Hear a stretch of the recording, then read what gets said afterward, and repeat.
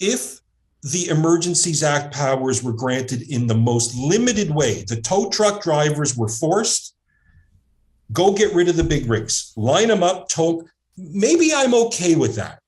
But when you start freezing the ordinary bank accounts, the non-money laundering, tax evading, I mean, this is a country where 27 million people out of about 30 something pay taxes. Mm-hmm. Most evade taxes. The money laundering in this country is insane. Check the housing markets if you don't believe me, if you're in Vancouver, Toronto, Montreal. But when you have ordinary people giving $25 or $50 to a cause that they believe in to protest mandates and lockdowns, which look at where the science has us now. Just look at where the science, in quotation marks, science trademark, has us now. That to me is where the Emergencies Act became disgusting. It wasn't limited in its scope. It was an excuse for Freeland to go do what she wanted to do in her plutocratic way, which, by the way, is a betrayal of who she was 11 or 12 years ago. As a journalist, that too. As she wrote her book. So for me, full disclosure, I have trouble believing something was a terrible crisis emergency in a civilized Western country because a downtown part of Ottawa was messed up. And look, I sympathize with the people who had to hear the horns. I do. But when you have on the weekend or week of the emergency being invoked in Ontario, let's not just call it Canada, in Ottawa, Ontario, but the premier of the province is snowmobiling. He's out snowmobiling. I'm not knocking him. More power to him. I wish I had a snowmobile. But when you have the premier of the province in the middle of this dire federal provincial emergency snowmobiling, you can make all the intellectual, ideological, esoterical arguments that you want to me. I have real skepticism that this needed to be invoked. And who backs me up on this? A lot of the OPP members who have testified so far.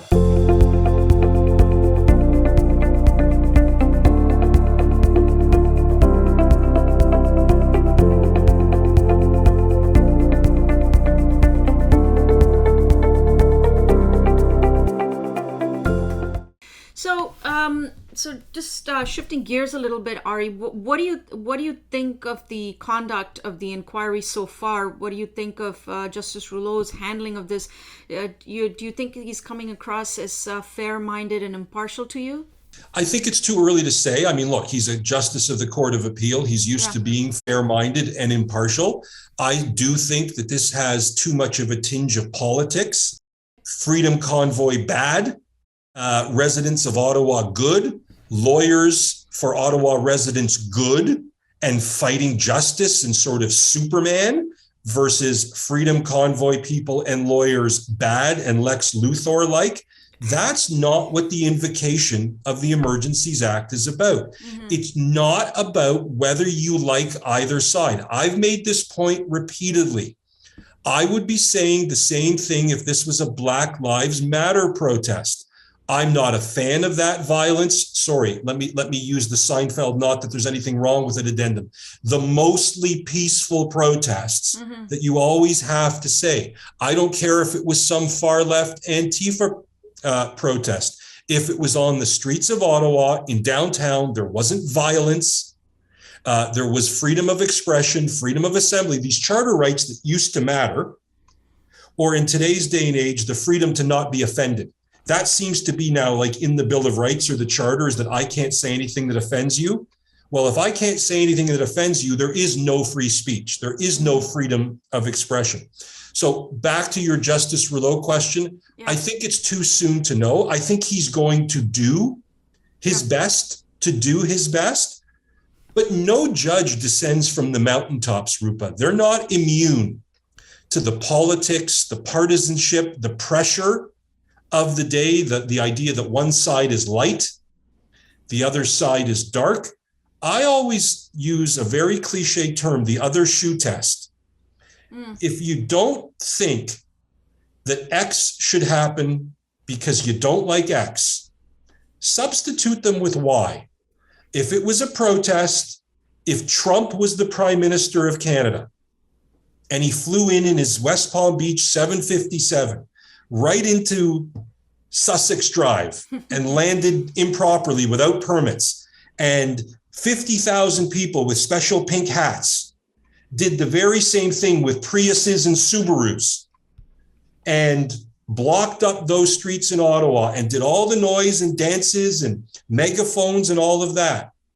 Would the very same people say that Canada, for the first time in its history, should have invoked the Emergencies Act because the OPP, the RCMP, the politicians provincially, federally, and municipally were so feckless to these people with their bouncy castles or these weird charges, the Tamara Leach charges, and all of these things that Justice Goodman, go back to our last conversation, for anybody who thinks this is just my view, talking about some of these charges and how politically motivated they are.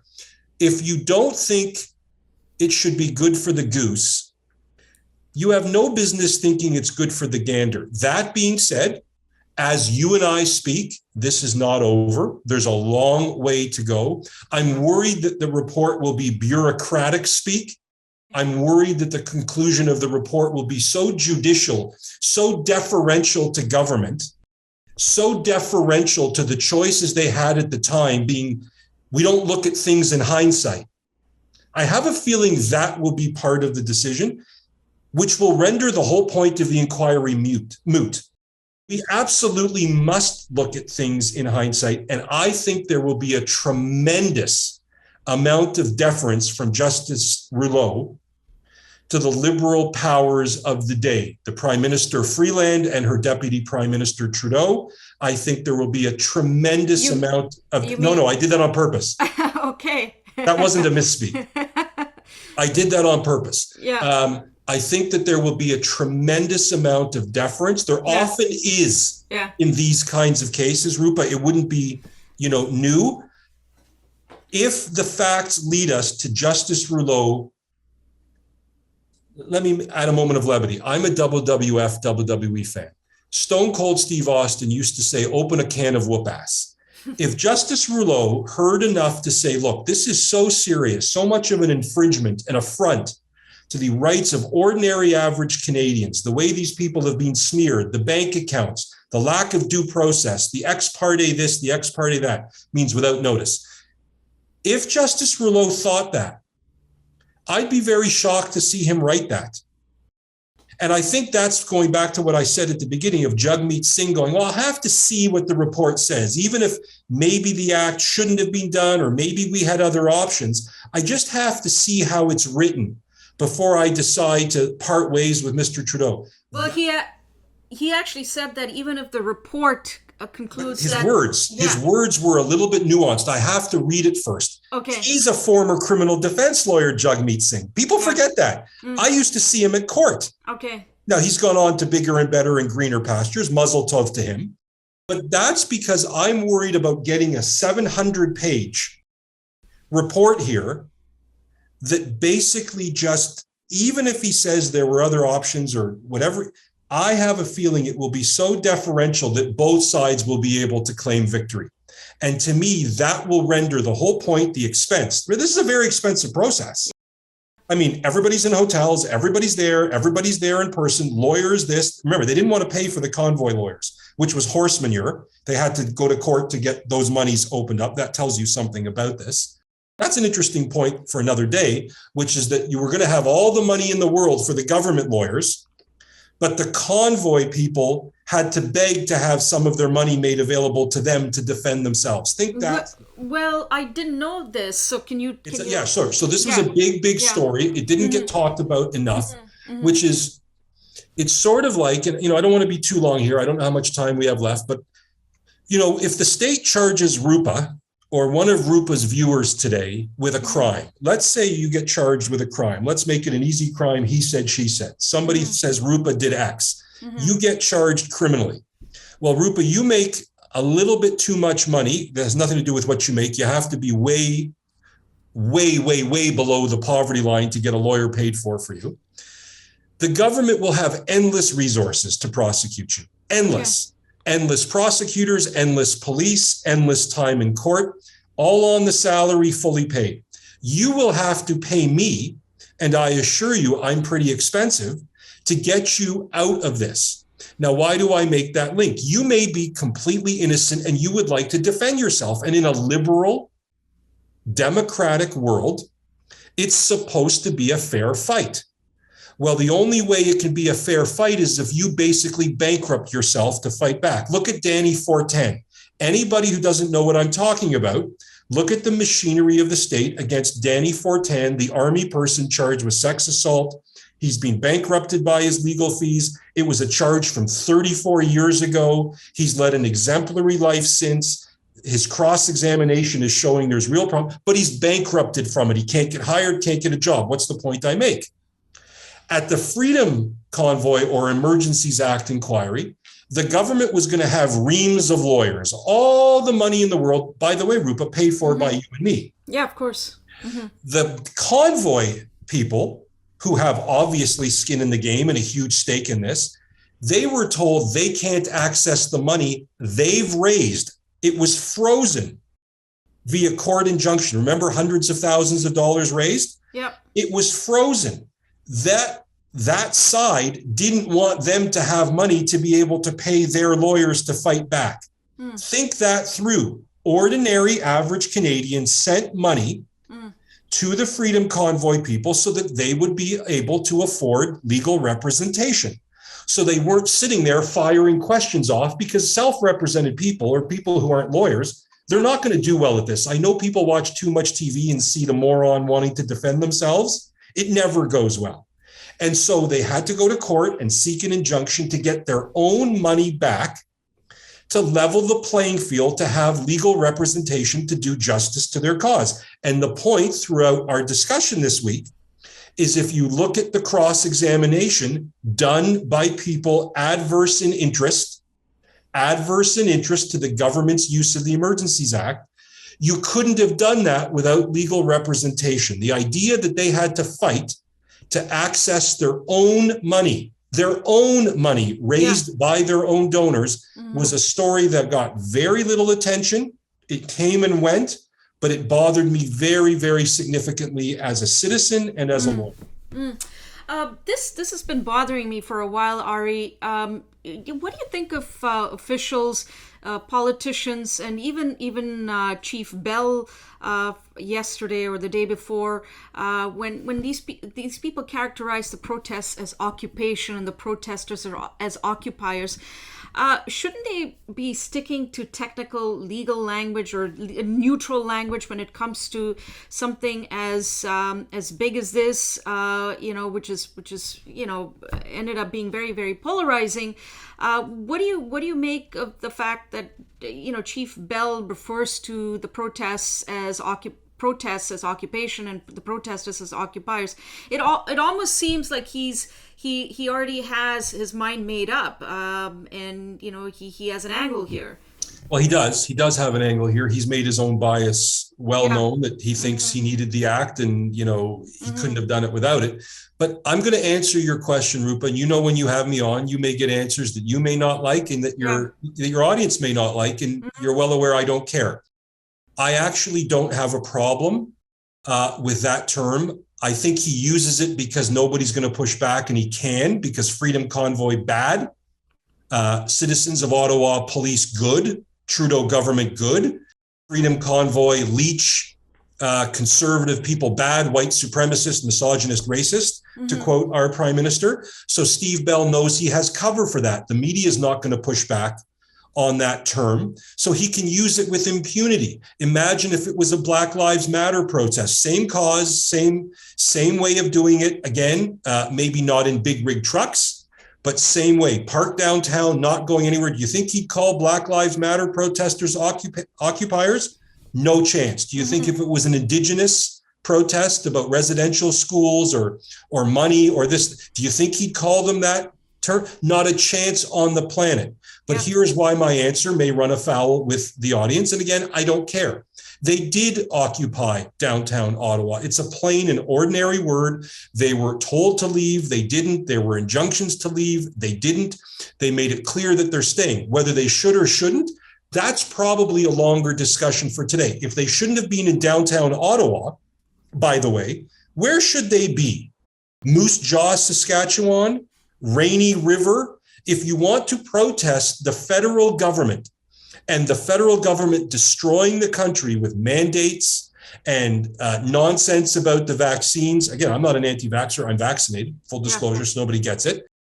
But if you didn't have the view that people should be fired or lose their jobs because they don't want to take a jab that didn't prevent transmission or infection, where should that protest happen in a free and democratic society? Again, if it shouldn't have been in downtown Ottawa, by the way, the protest was effective. We keep forgetting in all of this noise that the protest was effective. So many of these lockdowns, mandates, and rules changed at the time of the convoy or right after. They won't admit it. And I see you nodding, so I think this point brings some recollection back to earlier this year. But nobody talks about that. This wasn't an ineffectual protest. They didn't burn down police stations. They didn't burn down Wendy's. They didn't shoot people. They didn't fight people. Everybody forgets that this was an actually peaceful protest. Yes, you can mail me and say, oh, there were a number of charges and weapons charges and mischief. I don't care. I think that's an ideologically pedantic argument. But the point is, to your question, when he calls them occupiers, and again, he is a master linguist for all of the reasons we've discussed. I'm not going to use the other term. It is completely fine with me that he calls a spade a spade. My point to you is, it's fine that he called them that. They weren't going anywhere. They were occupying downtown, just like Occupy Wall Street, Occupy this. But there's no chance he would have used that term if it was a group on the left or far left. Now, he'd never agree with me if he was here. But I must say, Rupa, in full answer to your question, trying to be straight with every discussion I have, the use of that word does not bother me.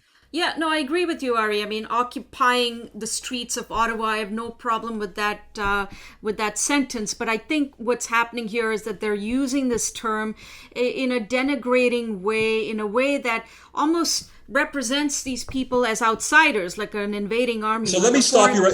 That's a good point. And that brings us to something. That reflects the contempt.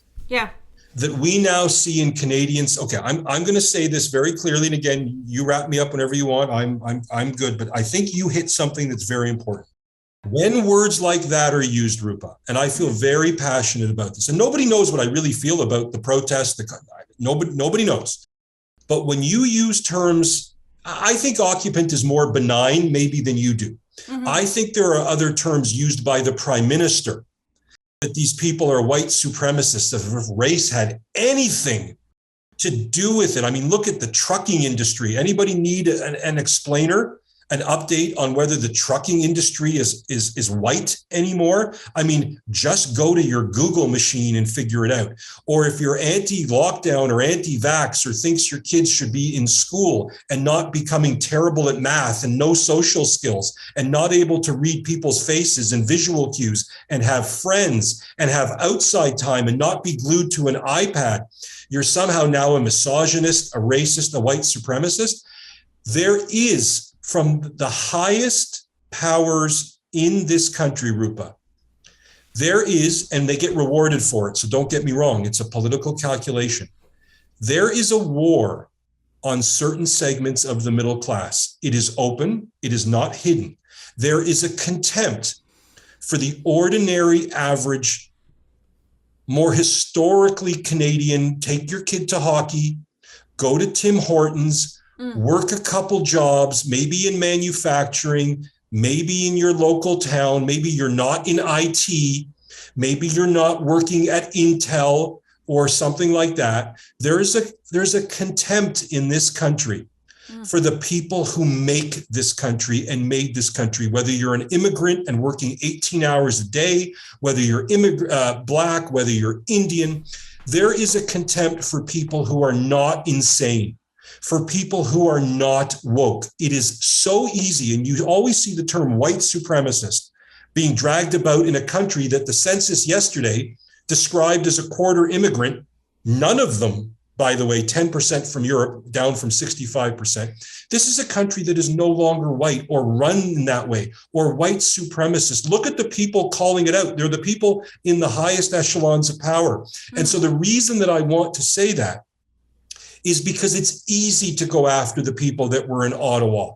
They're easy targets. Nobody will fight back for them because they're worried about being called a name. Yep. And I'll make this point, which you will say is a non sequitur, but I follow news around the world.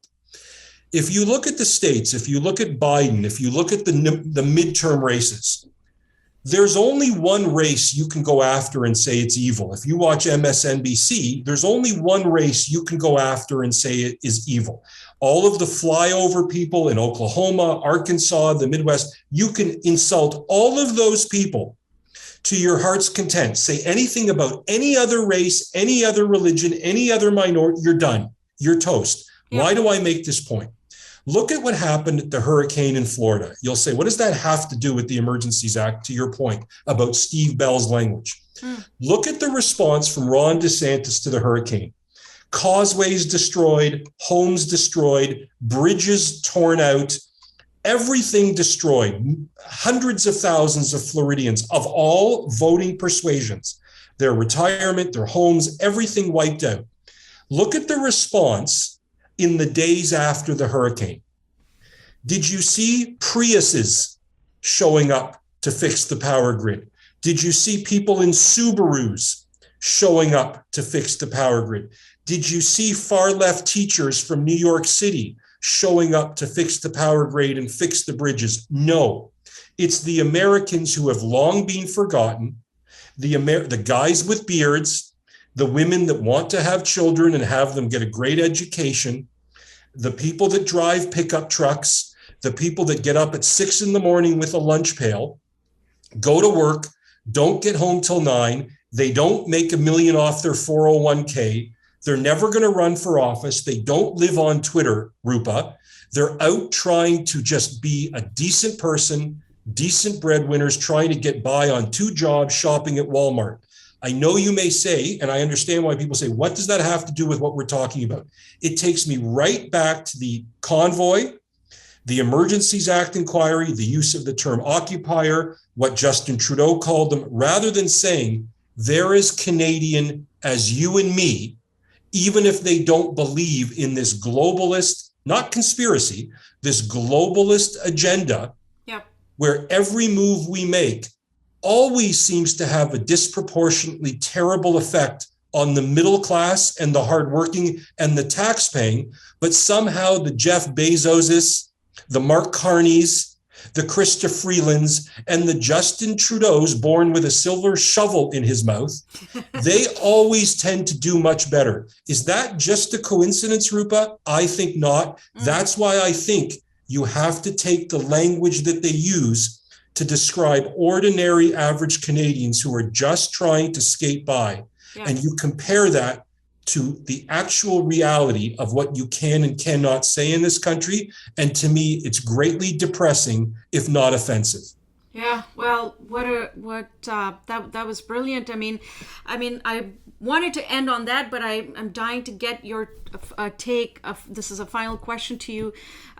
You touched upon towards the end, you touched upon the official narrative, so to speak. Where do you see that today? What is the state of this official narrative today, based on what we've heard so far from the public inquiry? In terms of where I think it's going, where I think it is, just help me understand so I answer your question better. Yeah, in terms of where it is today, given that the official narrative, at least in large sections of the legacy media, was very, very anti-protest, and that they were a bunch of violent insurrectionists, and they were basically towing the government line on the narrative on the protests, but you mentioned Pat Morris. Pat Morris basically, discredited this narrative last week when he gave his testimony. So I'm just wondering where this. I feel like that the official narrative is crumbling bit by bit, and I suspect it's just going to get worse for that narrative going forward. And I wonder if you share that view. My prediction, and up until now, is you're right again, and I'm glad we talked about Morris. For people who are watching us, and I hope people are watching us, for people who are watching us, when we're done, because you can't leave until Rupa and I are done, you really should go find Pat Morris's testimony. It's really worth watching. I know it's not exciting. I know it's not a shiny new object, but if you're really a person of deep conscience in this country, go find the clips of him answering those questions. To your question of where it's going, I think it is crumbling. I never thought it was that strong to start with, Rupa. So I think we're starting with sort of a straw man or a glass house. Okay. So I have to say, I never thought it had constitutional or foundational footing. If it did, the narrative would have been much clearer, not this Jenga mix of building blocks and Legos that don't match, and Peter can't speak to Paul and the right hand doesn't speak to the left. Yeah. Remember, we're talking about an extraordinary act. We are not talking about something that, every 4 or 5 years comes to play, or something that every 10 or 15 years, somebody's so annoying that we have to invoke this document, okay? We're not talking about that. We're talking about something that was meant to be as rare as the dodo bird. And if something as rare as the dodo bird or the proverbial unicorn descended on Ottawa, just Ottawa, on that day, where all sorts of police officers said, we don't need the act. We've got what we need. Yeah. There wasn't unanimous agreement, which is why Ford's testimony is desired. Did Ford think this was an emergency, or was he enjoying his heated snowmobile? I'm being facetious. But I never thought that this was that strong. So I think it will continue on the path it is. I think you'll see more of an attempt to smear. As it gets worse for the narrative, you'll see more of an attempt to smear the protesters. To your point about media, how does the narrative get out that Convoy is bad, or that vaccine mandates are good, or that Pfizer and Moderna are heroes, unless it's on the 6 o'clock mainstream news or the front page of the Globe and Mail? I did a whole piece last week. Again, I'm not going to get into it. People can find it if they want. I'm not going to plug it. About whatever happened to investigative journalism, where the whole idea of the press was to push back against power. The whole idea of the Globe and Mail and the Toronto Star was to push back against power and the elites and the ivory tower. Now, in many ways, shapes, and forms, they are the spokespeople with a quid pro quo to the people in power. That bothers me. I'm not knocking it. I do a lot of work in that area. I think the people are incredible. But what would happen if the people said, look, we're not going to lose ad revenue if we challenge some of this? We're not going to lose ad revenue if we're not in lockstep with everything Justin Trudeau tells us to do. We're not going to lose ad revenue. We're already hemorrhaging ad revenue.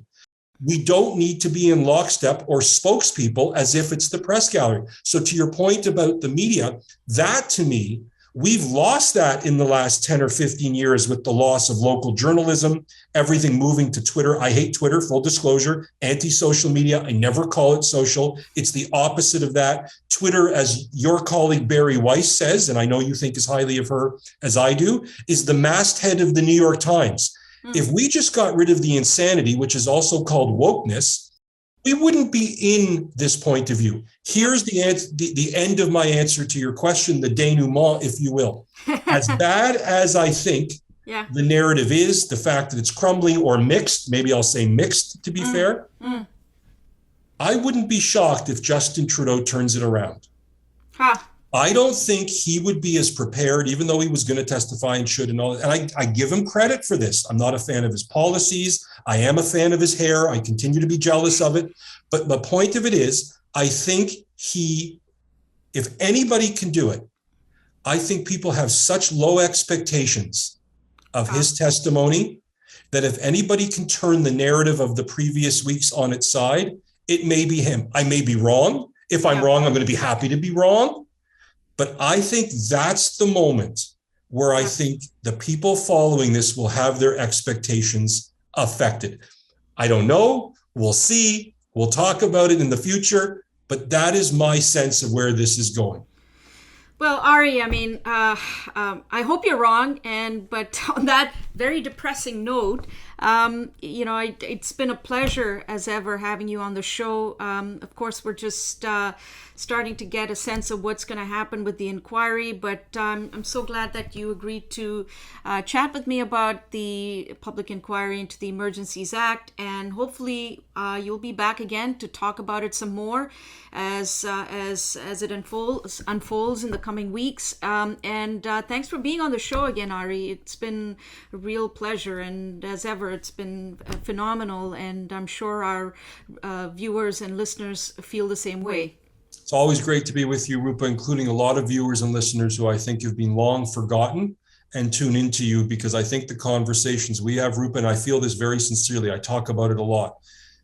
All we're doing is talking about what people talk about at their dinner table, but have been pressured and intimidated into not talking about publicly. I think that hurts democracy. I think it's illiberal, and I think it's absolutely an affront to the people that have built this country of all shapes and sizes, all races and religions. If you can't talk publicly the way you would at your dinner table out in the public square, there is no longer any public square. So I'm happy that whoever listens to us and follows you took the time to listen to you and I today.